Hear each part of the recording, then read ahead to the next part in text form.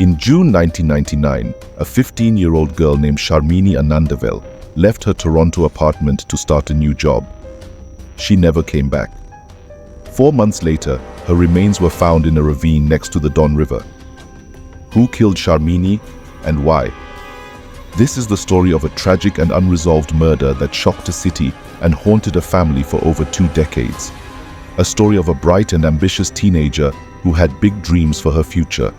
A story of a mysterious neighbor who became the prime suspect in her disappearance. A story of a flawed investigation that failed to bring justice to a grieving community. Sharmini was born in Sri Lanka and moved to Canada with her parents and 2 brothers when she was 9 years old. She was a smart and friendly student who excelled in school and loved to read and write. She had a close bond with her family and often helped her mother with household chores. She was also adventurous and outgoing, always eager to make new friends and try new things. Sharmini had just finished the 9th grade and was looking forward to her graduation ceremony.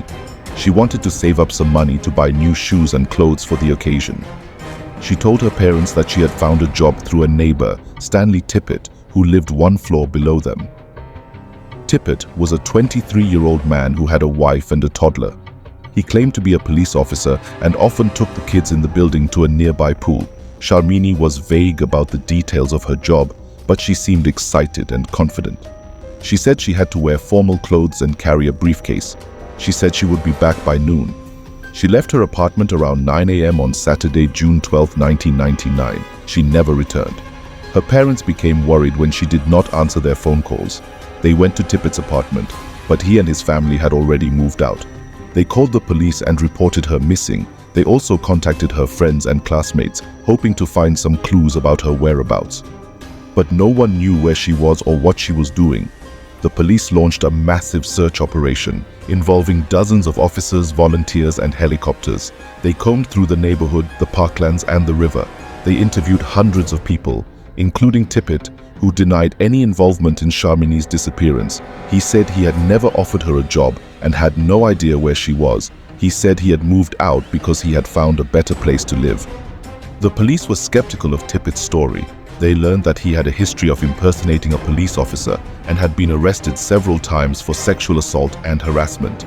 They also found out that he had a congenital condition called Treacher-Collins syndrome, which caused him to have a sunken facial structure and lopsided ears.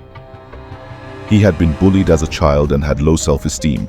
He had a fascination with authority figures and liked to manipulate young girls.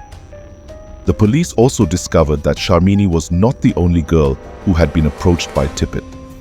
Several other girls in the building had received similar offers of jobs or undercover assignments from him. Some of them had even gone with him to his apartment or to the pool, where he had touched them inappropriately or asked them to do sexual favors. Some of them had reported him to the police, but no charges had been laid. The police believed that Tippett had lured Sharmini with a false promise of a job and had killed her. They searched his apartment and his car, but found no evidence of foul play. They also searched his new residence, but he had already moved out again. They tracked him down and arrested him, but they had no proof to link him to Sharmini's case. They had to let him go. Meanwhile, Sharmini's family and friends were desperate for answers. They held vigils, distributed flyers, and appealed to the public for help. They prayed for her safe return, but they also feared the worst. They wondered what had happened to her, who had taken her, and why. Their worst fears were confirmed on October 18, 1999, when a father and son who were walking in the East Don Parklands stumbled upon a shallow grave in a wooded area. They saw some bones and clothing sticking out of the ground. They called the police, who arrived at the scene and confirmed that the remains belonged to Sharmini. She had been dead for months. The police were unable to determine the cause of death due to the advanced state of decomposition. They also could not find any DNA or fingerprints from the killer. They suspected that Tippett was still the culprit, but they had no way to prove it. They had reached a dead end. The case was officially closed in 2001, but it was never solved.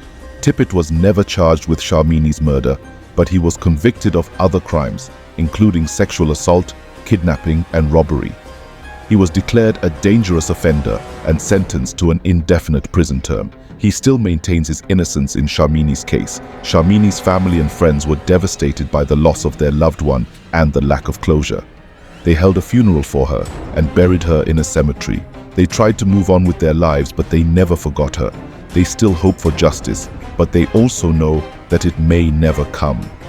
Sharmini's murder remains one of the most tragic and unresolved cases in Toronto's history. It is a story that raises many questions but offers few answers. It is a story that haunts a city and a family to this day.